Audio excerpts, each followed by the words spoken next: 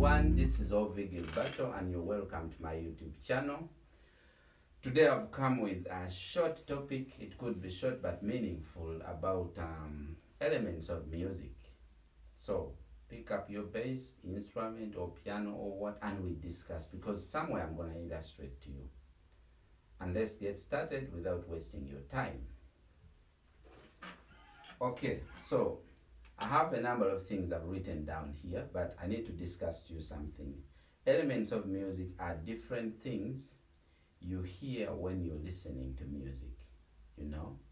So a number of times when someone puts in a classical piece, a jazz tune by Miles Davis and so on, you start hearing a lot of things coming up. You hear the rhythm section, you hear the vocalist, you hear counterpoint melody.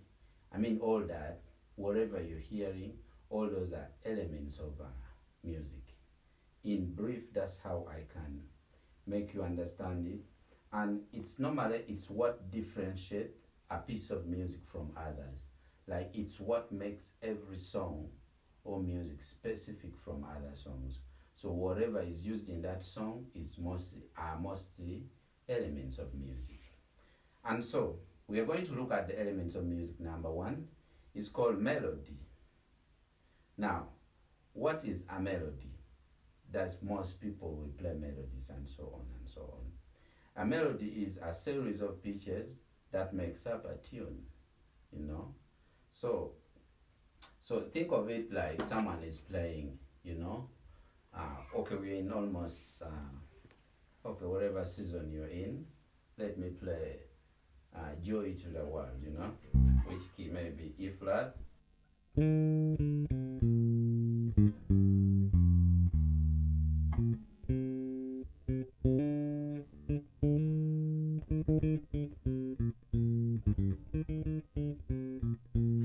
whatever. So this melody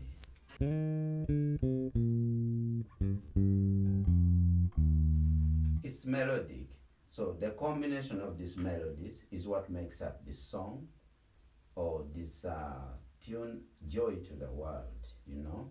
And in any other song you think of, whatever song you're talking of.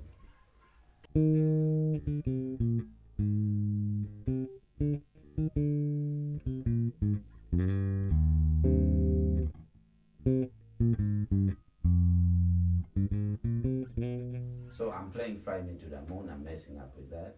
It's melodic, all that. That melody is a very, very important element of music. When a song does not have melody, the song sounds so boring, okay? So melody defines the music, define a lot on the music. Number two, harmony. So what is harmony? Think of it. Harmony simply means two pitches, more than one pitches played together to produce a consonance sound. Now, that is, if you play one note like this, that's not harmony. It's just a single line. Then, if I play something like this,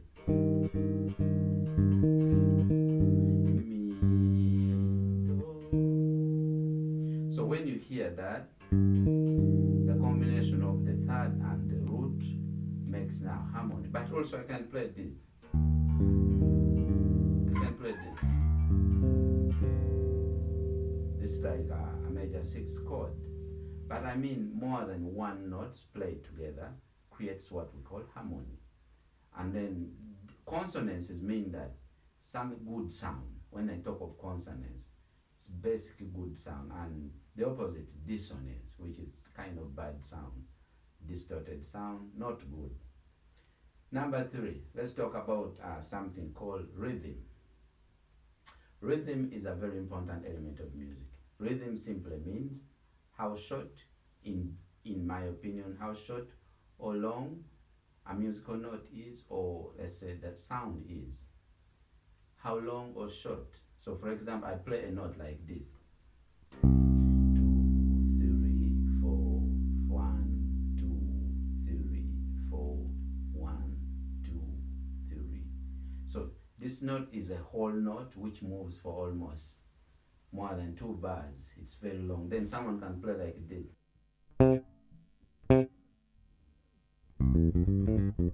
So you hear that stereo melody is moving with kind of 16th notes. So you realize that somewhere the drummer or the bassist is playing long notes, somewhere you're playing short notes. You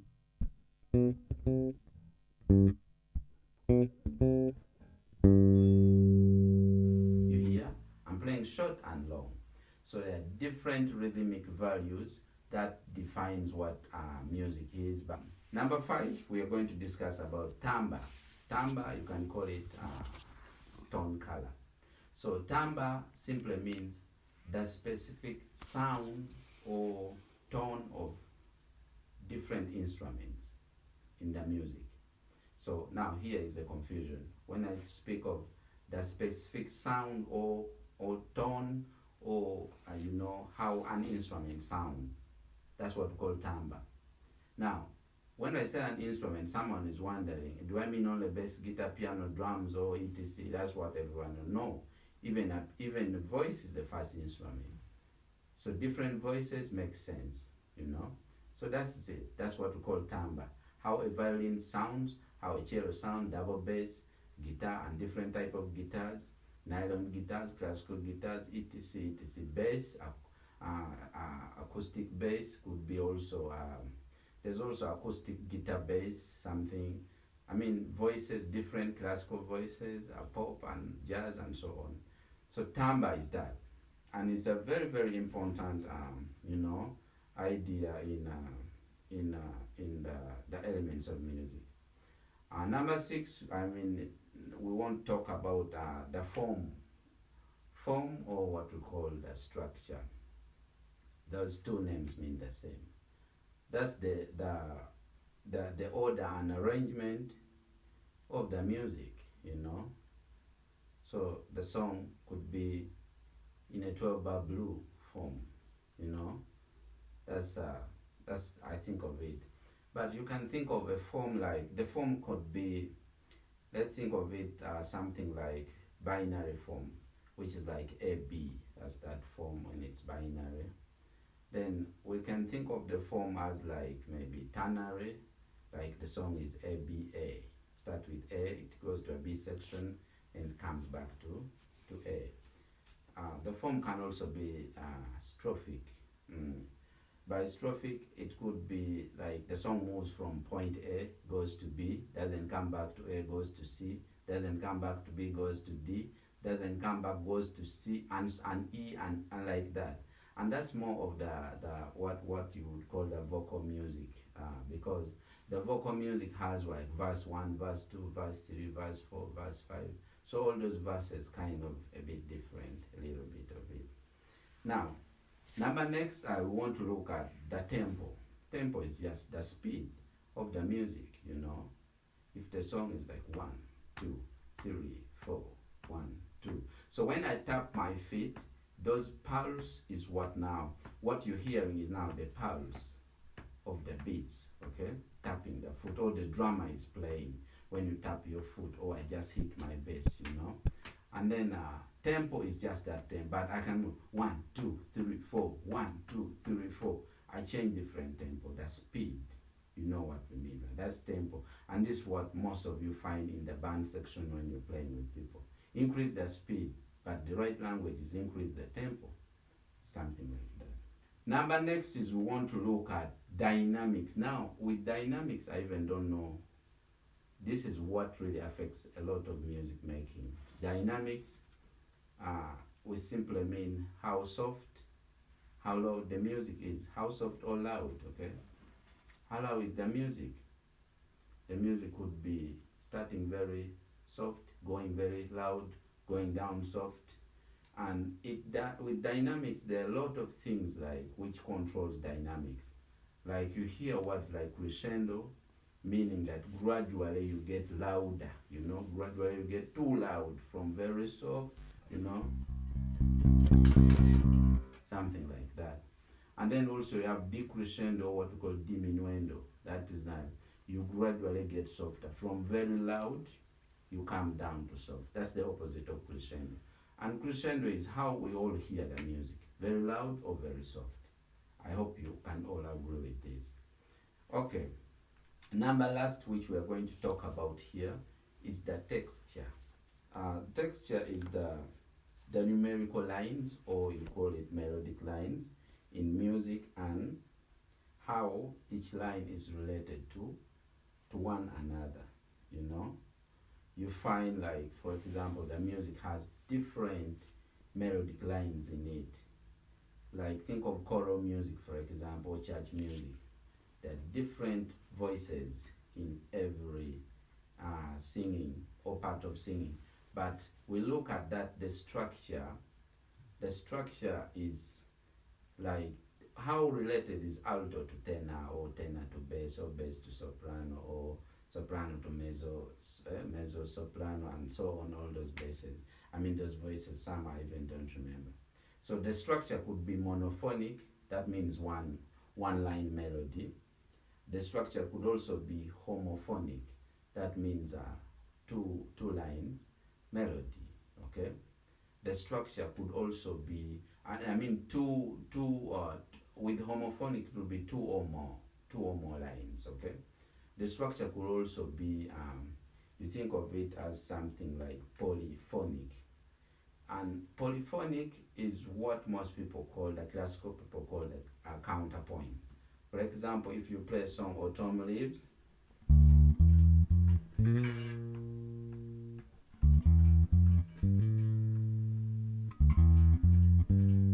so you hear in Autumn Leaves, for example, the melody, Autumn Leaves, the melody goes a bit different direction, the bass line moves different. So think of this counterpoint in Autumn Leaves. The melody is moving a different direction, the bass line is also moving in a different direction. That's what we call polyphonic what? Structure. And you hear a lot of this in the different recordings and so on. Now, the conclusion I have here is that, why have I discussed these things to you? They are really very, very, very important. And what makes them very important is what I'm going to tell you here. Number one, it helps you to develop good sense of analysis analyzing any musical piece. Like when you listen to a song, you know whatever you're listening to. Number two, it helps you understand the music theory. All these things are based on music theory and practicals. So you get to understand very well what you're doing. You also develop the discipline as a musician, like not overplaying, trying to know, like if you're a bassist, you're supporting, you're not playing for yourself. If you're a drummer, you're supporting, you need to sync with the bassist. You need to make sure you're not too loud. All that is a discipline. It also helps you to develop the sense of composition. From listening to this structure, elements of music, melody, rhythm, tempo, and so on, you develop ideas of composition, how to compose. Okay. It also makes you realize various musical techniques, because most techniques are always hidden in those things, the audios and so on.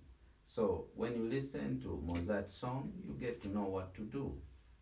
Lastly, I'll just tell you, it makes you know that you have to listen, and it also makes you realize you totally know nothing. Because when you hear people's works and you're like, what the hell is happening? So that's it. It's a mind-blowing thing.